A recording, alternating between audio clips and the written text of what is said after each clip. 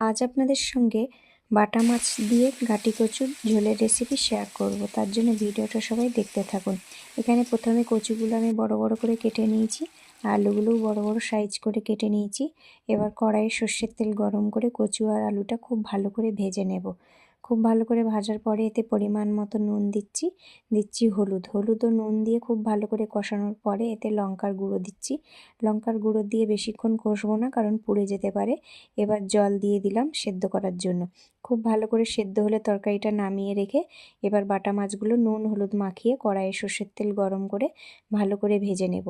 বাটা মাছ কিন্তু ভাজতে বেশি সময় লাগে না, যেরকম পার্শে মাছ ভাজতে সময় লাগে না, সেই রকম বাটা মাছ এপিট ওপিট উল্টালেই তেলের মধ্যে খুব ভালো করে ভাজা হয়ে যায়।